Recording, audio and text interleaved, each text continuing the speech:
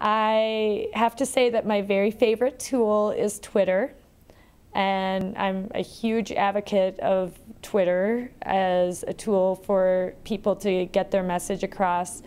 I actually think that any organization, business, nonprofit would be doing a disservice to themselves if they don't invest in building a Twitter account and building a community that is based on Twitter. And the reasons for that are that Twitter, even though for a lot of new people when they come there, it seems really disconnected and like there's just all this noise going on and talking and how does this relate to anything. It's actually a place that you can quickly connect with people and form communities, have conversations, find pockets of people who are talking about certain topics, and build relationships that go far beyond Twitter. So someone who's on Twitter takes a link that you put out there and they, with a click of the button, can retweet it or send it out into their network and get it not just posted to all their Twitter friends, and all of those people then have the power to tweet it out to their network, but they can post it to their Facebook, to their LinkedIn, just with a click of a button nowadays, the way that these tools interact with each other.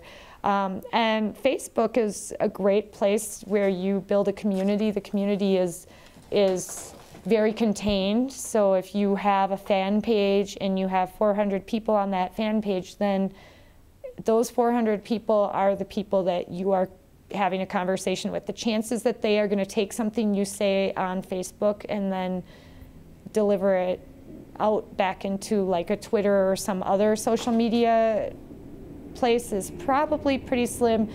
The chances that they'll even share it within their own Facebook network just because it's not set up that way is slim. Occasionally when I'm on Facebook, I'll cut and paste someone's link and share it then with my friends. But it's just such a different tool. So I think Facebook is great, and it's a place to come together and pull a community together where you can actually see that community, and it seems very linear, and definitely a lot of donors and people are on Facebook. The age limit keeps going up, the average age on Facebook. But Twitter is really where people are having the ongoing conversation, and where when you talk viral, when you talk social media and you talk about something going viral, it's typically through Twitter that it's going viral. It's just, imagine that my network is 6,000 people on Twitter, and imagine that you say something, you only have 50 people right now you're following on Twitter, but I've really developed a relationship with you, and you put a link up to something that's great, and then I share that with my network. And out of my network, let's say only 100 people actually click on it and then share it in their network.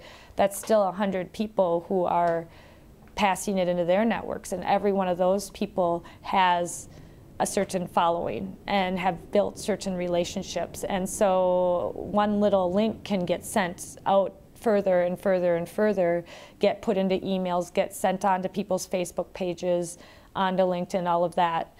And so that's where Twitter becomes very powerful. And when you're trying to drive traffic to your website, you're trying to get people to pay attention to what you are doing, Twitter is probably the most powerful tool out there to do that.